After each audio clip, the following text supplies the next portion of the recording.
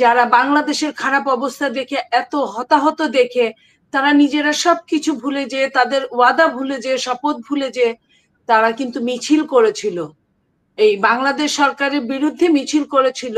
কিন্তু মিডল ইস্টের সরকাররা এটাকে এক ধরনের রাষ্ট্রদ্রোহী ভেবে এবং তাদের শর্ত ভঙ্গ করার কারণে তাদেরকে কিন্তু জেলে ঢুকিয়েছিল। এবং এই দেশে যদি পতিত সরকারের যদি পালিয়ে যেতে বাধ্য না হতো তাহলে তাদেরকে কিন্তু এতদিন আমরা ফাঁসিতে দেখতাম।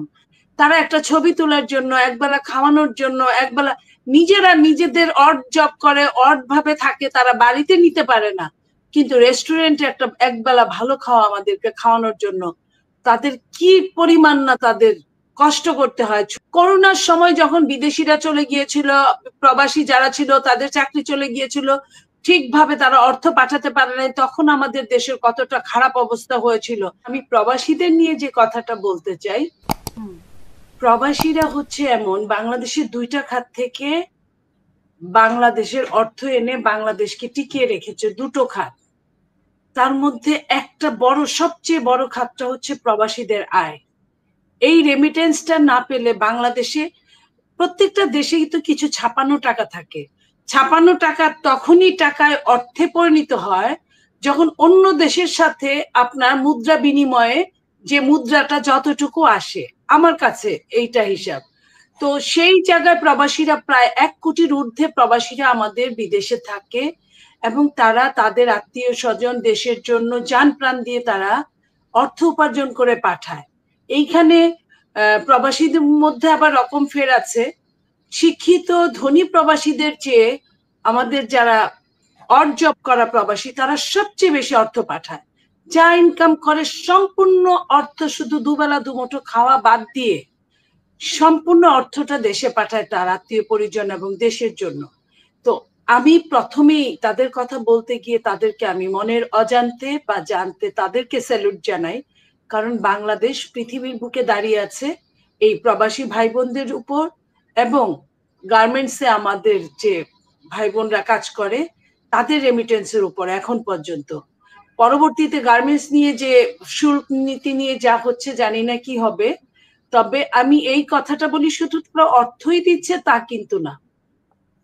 তাদের আরেকটা বড় জিনিস, যারা মানে আপনার থার্ড কান্ট্রি, সেকেন্ড কান্ট্রিতে থাকে, মিডিল ইস্টে থাকে, মালয়েশিয়া বা এইসব দেশে থাকে, তারা তো সরাসরি ম্যাক্সিমাম প্রবাসী যারা বিগত সরকারের, পতিত সরকারের বিরুদ্ধচারণ করার জন্য দেশ ছাড়তে বাধ্য হয়েছে, তারা দেখা গিয়েছে কোনো মতে জীবন ধারণের জন্য যা কিছু যেভাবে পেরেছে একটা দেশে যে অড জব করছে।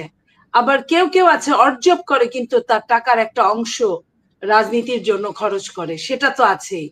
এরপরে যেটা, আমি মিডিল ইস্টের ওই প্রবাসীদের কথা বলতে চাই যারা এই আজকে জুলাই অভ্যুত্থানের মাস, এই জুলাই অভ্যুত্থানে যারা বাংলাদেশের খারাপ অবস্থা দেখে এত হতাহত দেখে তারা নিজেরা সবকিছু ভুলে যেয়ে তাদের ওয়াদা ভুলে যেয়ে শপথ ভুলে যেয়ে তারা কিন্তু মিছিল করেছিল, এই বাংলাদেশ সরকারের বিরুদ্ধে মিছিল করেছিল।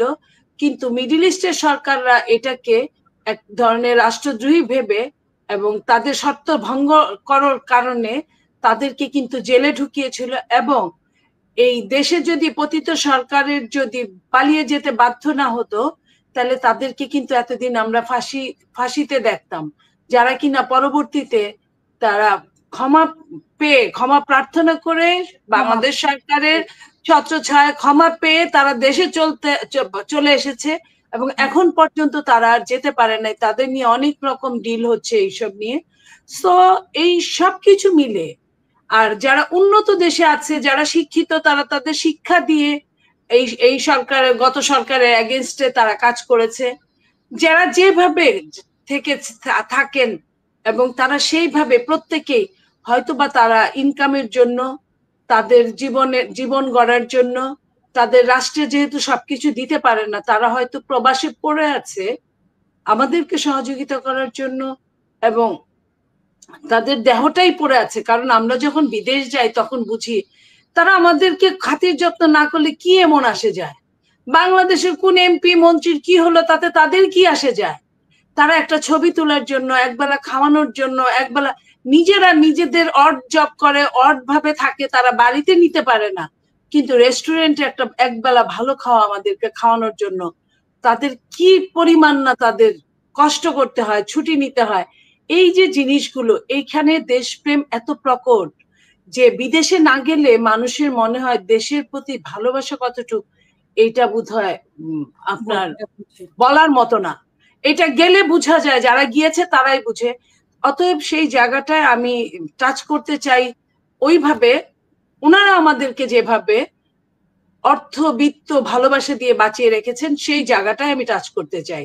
তার মানে এই না যে, আমি জানি না পাপি আপা কিভাবে বলেছেন, হয়তোবা পাপি আপা ওই ধরনের চিন্তা ভাবনা করে বলে নাই। আমি পাপি আপার হয়ে, পাপি আপা আমার সিনিয়র এবং আমি তাকে সম্মান করি, আমি তার হয়ে আমি প্রবাসীদের কাছে আমি দুঃখিত বলছি যে নিশ্চয়ই পাপি আপা বুঝবে, এবং কারো চেয়ে কোনো অংশে কম ভালোবাসে না। আমি যতটুকু জানি তার 2-3 সন্তান সবাই কিন্তু বিদেশেই থাকে, তার ননদ দেবররা সবাই বিদেশে থাকে।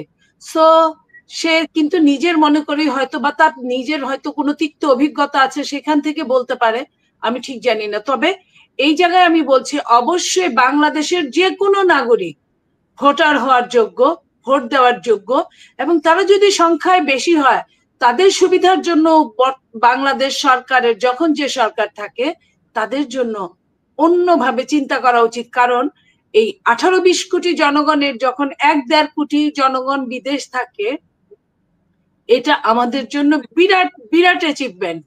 I salute them.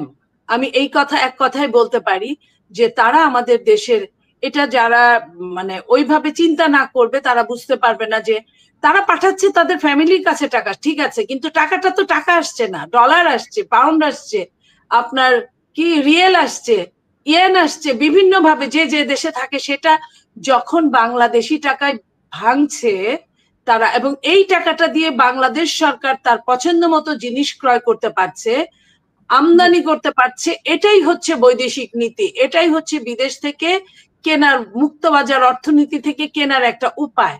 বাংলাদেশি টাকা দিয়ে তো কোনো দেশ দিবে না। আমি যদি আপনাকে আরেকটু বুঝাই, করোনার সময় যখন বিদেশিরা চলে গিয়েছিল, প্রবাসী যারা ছিল তাদের চাকরি চলে গিয়েছিল, ঠিকভাবে তারা অর্থ পাঠাতে পারে নাই, তখন আমাদের দেশের কতটা খারাপ অবস্থা হয়েছিল।